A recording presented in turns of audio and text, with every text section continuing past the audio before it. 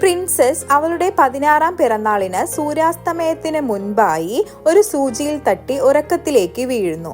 മാലഫിസന്റ് ഈ ശാപത്തിന് ഉത്തരവാദിയായതിനാൽ അവൾ രാജകുമാരിയുടെ ഉറക്കകാലത്ത് അവളെ കാണാൻ പോവുകയും തന്റെ തെറ്റുകൾ സമ്മതിച്ച് അവളുടെ നെറുകിൽ ഒരു മൃദുവായ ചുംബനം നൽകുകയും ചെയ്യുന്നു.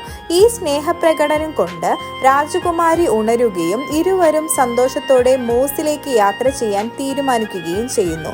എങ്കിലും രാജാവ് മാലഫിസന്റിനെ പിടികൂടാൻ ശ്രമിക്കുകയും വലിയ പോരാട്ടം നടക്കുകയും ചെയ്യുന്നു.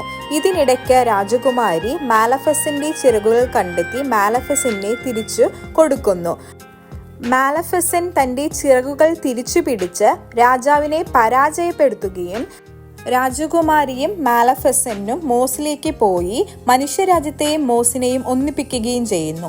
രാജകുമാരി ഒറോറയും പ്രിൻസ് ഫിലിപ്പും വിവാഹം കഴിച്ച് രാജ്യം സംയുക്തമായ ഭരണം നടത്തി.